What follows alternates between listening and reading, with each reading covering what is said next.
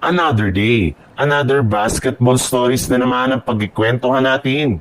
At ngayon nga, yung pag-uusapan natin ang balitang pagkuha ng Los Angeles Lakers kay Giannis Antetokounmpo. At ang balitang hindi nga daw paglalaruin ng Golden State Warriors si Jonathan Kuminga next season.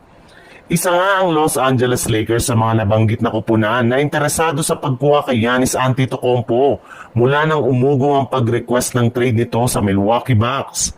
Ngunit dahil nga sa pagtahimik ng balita kay Giannis, ay nawalan na rin naman nga sila ng pag-asa na makuha siya sa trade market. Lalo pat ginagawa nga daw ng Bucks ang lahat ng paraan para lamang manatili ito sa lineup.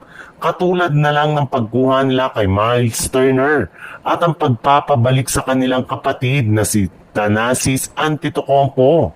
Pero ayon rin naman nga sa naging pahayag ng sikat na NBA insider na si Shams Charania ng ESPN, kinumpirma nga nito na hindi pa naman daw final ang lumabas sa balita noon na mananatili si Giannis sa Bucks ng matagal.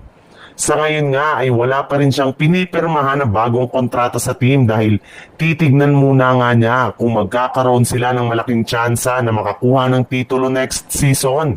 At kapag hindi nga ito nangyari, ay dyan na nga papasok ang pag-alis nito at pag-request niya ng trade na siyang matagal nang hinihintay ng napakaraming mga team katulad na lang ng Los Angeles Lakers na nabuhayan ngayon ng pag-asa na makukuha pa rin nila si Giannis sa lalong madaling panahon. Sa ibang balita naman, kita na nga sa naging desisyon ni Jonathan Kuminga ngayong off-season na ayaw na nga daw niya talagang maglaro at manatili sa Golden State Warriors. Kung last year nga ay binaliwala ng kanilang coaching staff sa pagtanggal sa kanya sa kanilang rotation at sa pagbabangko niya sa kanyang mga laro, ay hindi nga malabo na maulit ito sa next season at maging sa mga susunod na taon. Kaya yan nga ang mismong dahilan bakit tinanggihan na ni Kuminga ang inalok sa kanya ng Golden State Warriors na qualifying offer at maging alok nito sa kanya na bagong contract extension.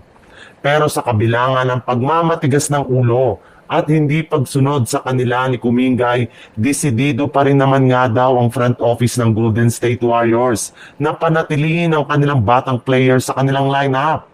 Hindi nga sila susunod sa kagustuhan ng kanilang player na i-trade sa ibang koponan ngayong off-season. Bagkus kung ayaw nga nito na pumirma sa team, ay mananatili nga siya bilang isang restricted free agent sa pagsisimula ng bagong season. Ibig sabihin, mukhang hindi nga paglalaruin ng Golden State Warriors si Kuminga hanggat hindi ito sumusunod at pumipirma sa kanilang team.